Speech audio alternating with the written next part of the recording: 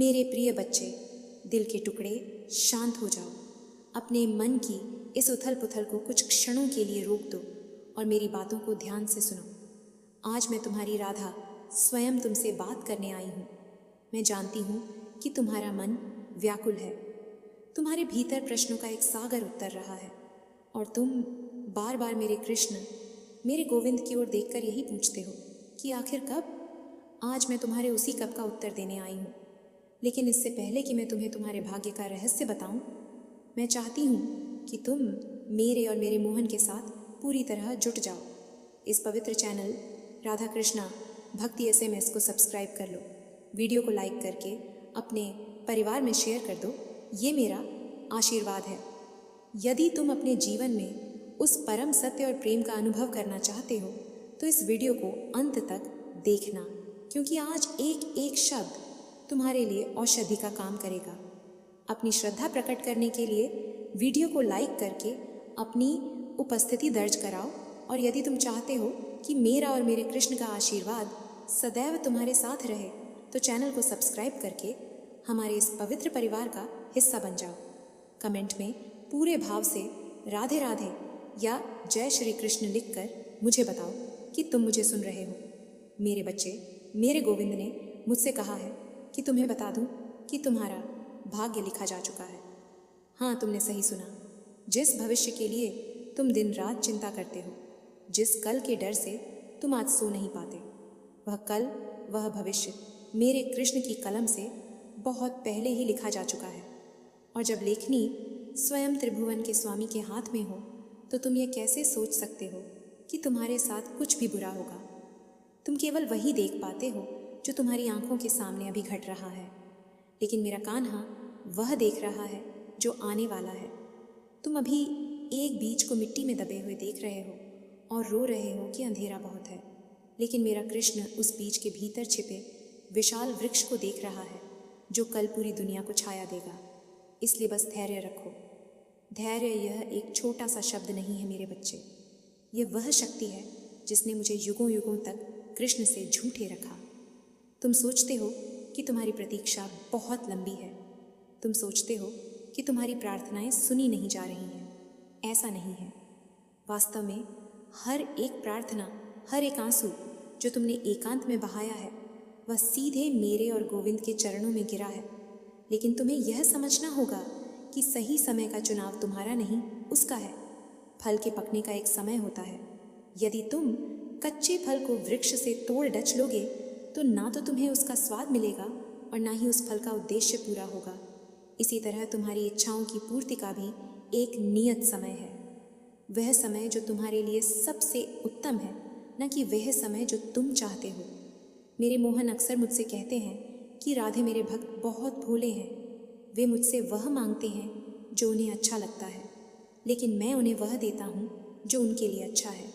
कभी कभी तुम्हें लगता होगा कि तुम्हारे हाथ से अवसर निकल रहे हैं, लोग तुम्हारा साथ छोड़ डच रहे हैं, या तुम्हारे बने बनाए काम बिगड़ रहे हैं। तुम्हें लगता है कि यह दुर्भाग्य है, लेकिन सत्य तो यह है कि यह मेरे कृष्ण की सफाई प्रक्रिया है। वह तुम्हारे जीवन से उन चीज़ों और उन लोगों को हटा रहे हैं जो तुम्हारे उस भव्य भाग्य के रास्ते में बाधा बन सकते हैं जो उन्होंने तुम्हारे लिए लिखा है। जब तुम एक पुराने मकान को गिराकर महल बनाना चाहते हो तो पहले धूल उठती है, शोर होता है और सब कुछ टूटा फूटा लगता है। तुम्हारा जीवन अभी उसी निर्माण के द्वार से गुजर रहा है। घबराओ मत, महल बन रहा है। तुम अक्सर पूछते हो कि माँ, मुझे इतना संघर्ष क्यों करना प्रतीच रहा है। मेरे प्यारे बच्चे, सोने को कुंदन बनने के लिए आग में तपना ही पड़ता है। बिना तपिश के सोने में वह चमक नहीं आ सकती जो उसे अनमोल बनाती है।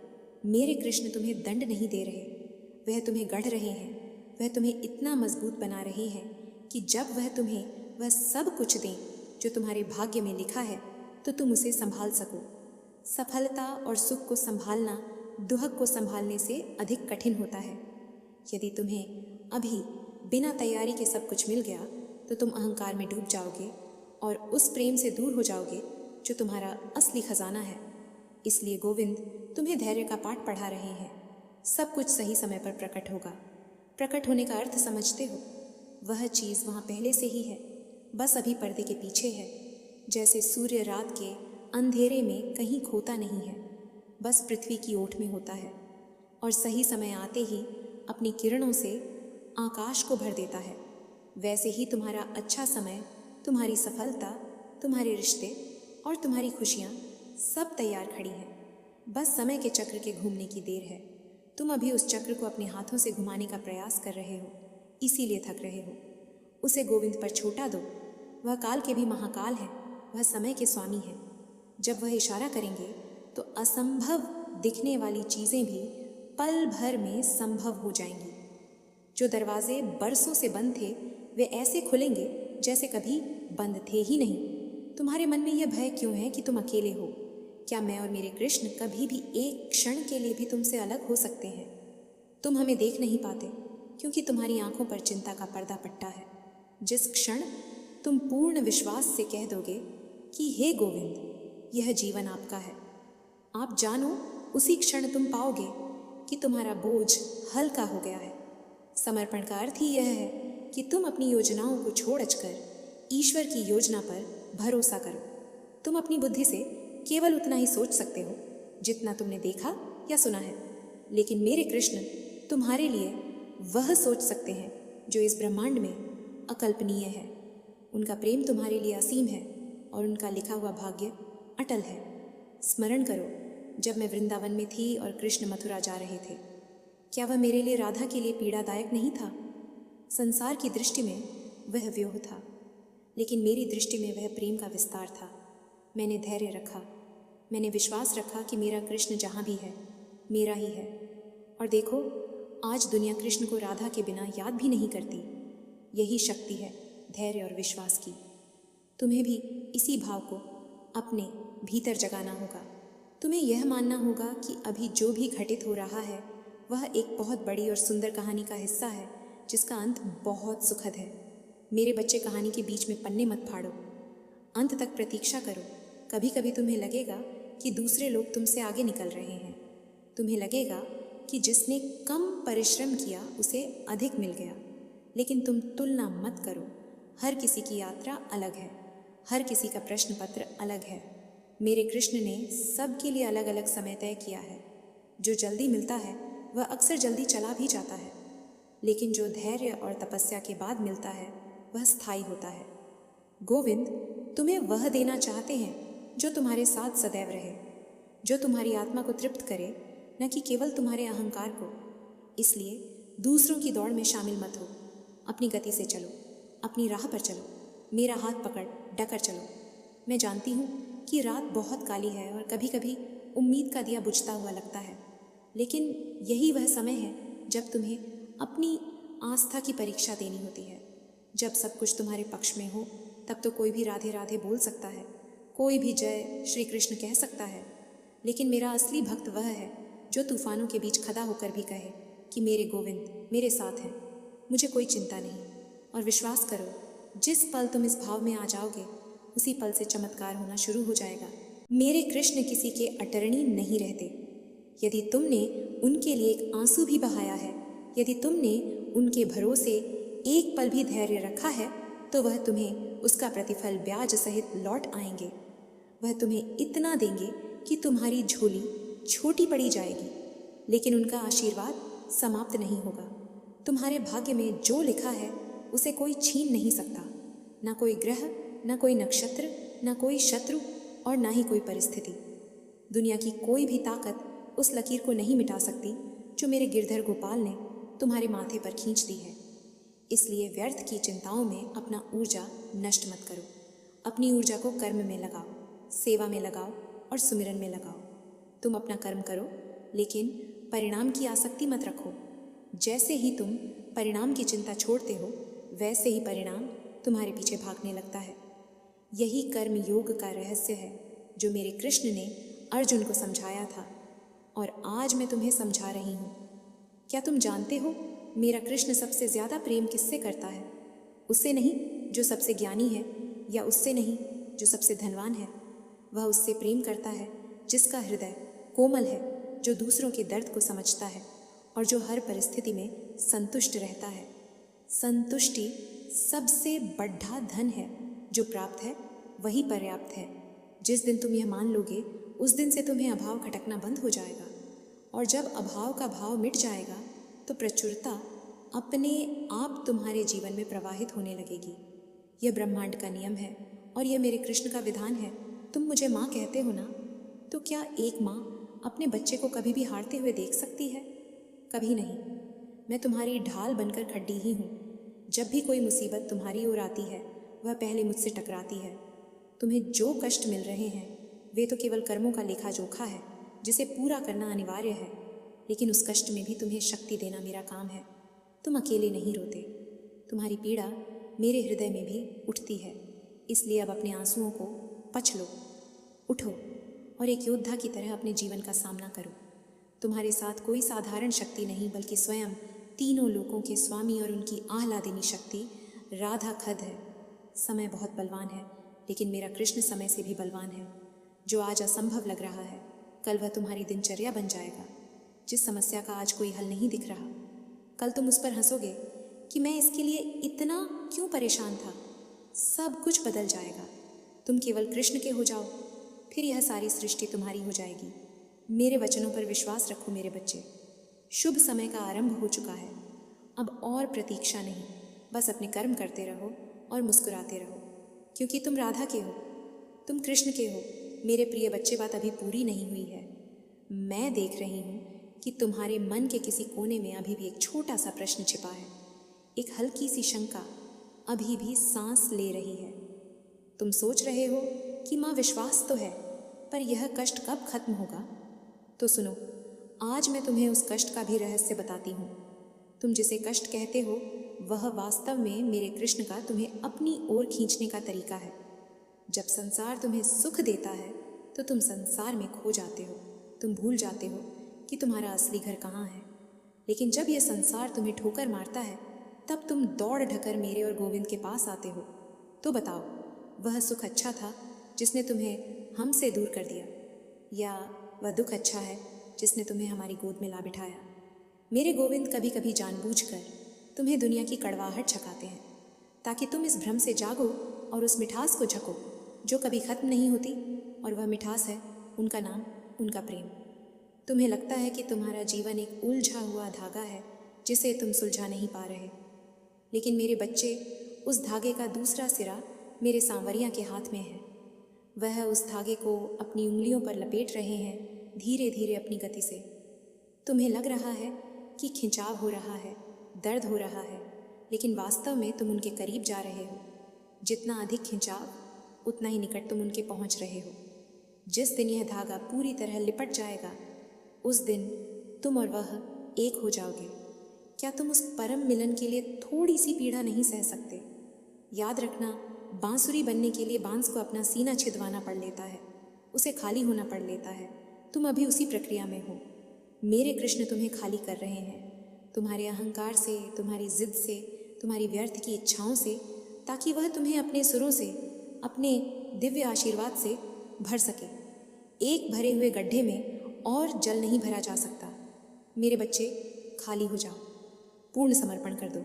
मेरे गोविंद का गणित तुम्हारे संसार के गणित से बिल्कुल अलग है। यहाँ दो में से एक गया तो एक बचता है, लेकिन मेरे कृष्ण के प्रेम में जब तुम मैं को निकाल देते हो तो सब कुछ बचता है। तुम हिसाब लगा रहे हो कि तुमने कितना खोया, लेकिन मेरा कान्हा हिसाब लगा रहा है कि तुम्हें अब भी कितना और अनंत देना बाकी है। तुम अपनी छोटी सी हथेली फैलाकर मांगते हो और वह तुम्हें समुंदर देना चाहते हैं। तुम्हारी पात्रता अभी छोटी है, इसलिए वह रुके हुए हैं। वह तुम्हारे पात्र को बड़ा कर रहे हैं। जिस दिन तुम्हारा हृदय इतना विशाल हो जाएगा कि उसमें दूसरों के लिए करुणा और मेरे कृष्ण के लिए अटूट प्रेम समा सके, उस दिन तुम्हें मांगने की आवश्यकता नहीं पड़ेगी। सब कुछ बिना मांगे बरस जाएगा। और एक बात हमेशा याद रखना मेरे बच्चे, मेरे कृष्ण कभी भी देर नहीं करते। जिसे तुम देर कहते हो वह वास्तव में तैयारी है। जब तुम किसी लंबी यात्रा पर जाते हो तो तैयारी में अधिक समय लगता है ना।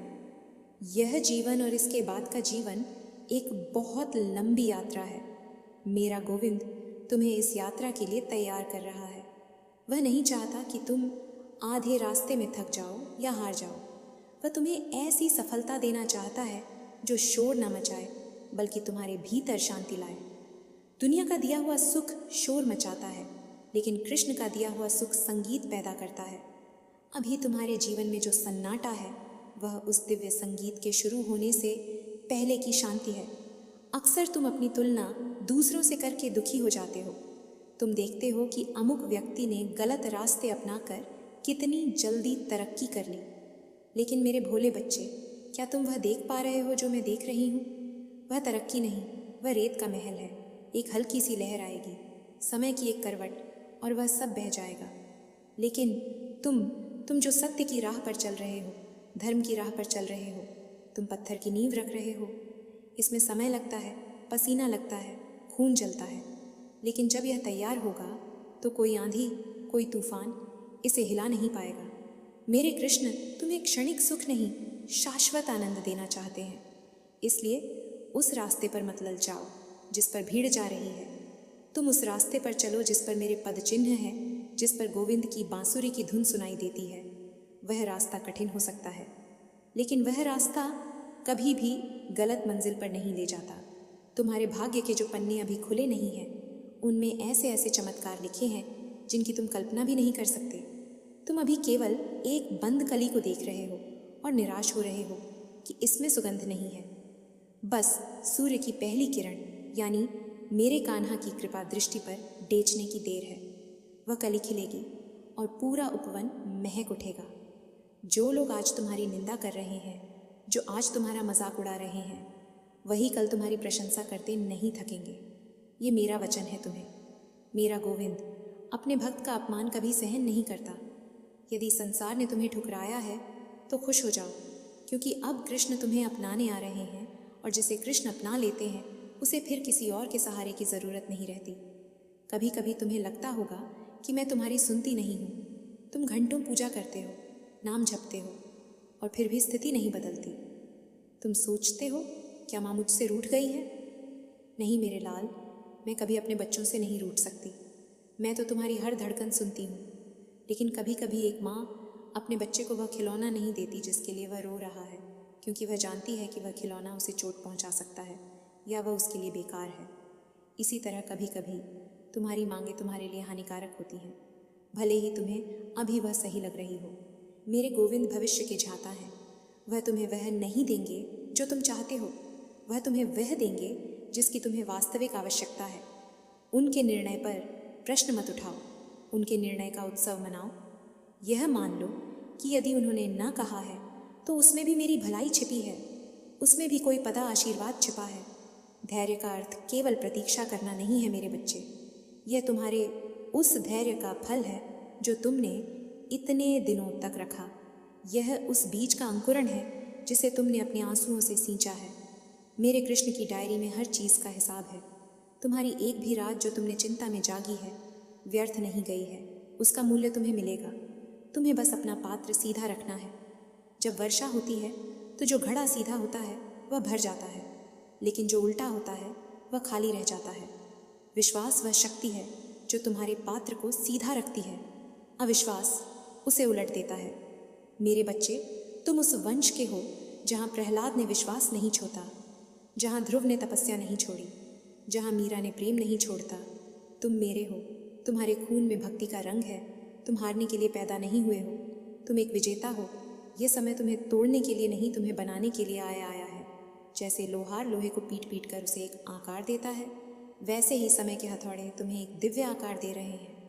इस चोट से घबराओ मत, ये तुम्हें सुंदर बना रही है।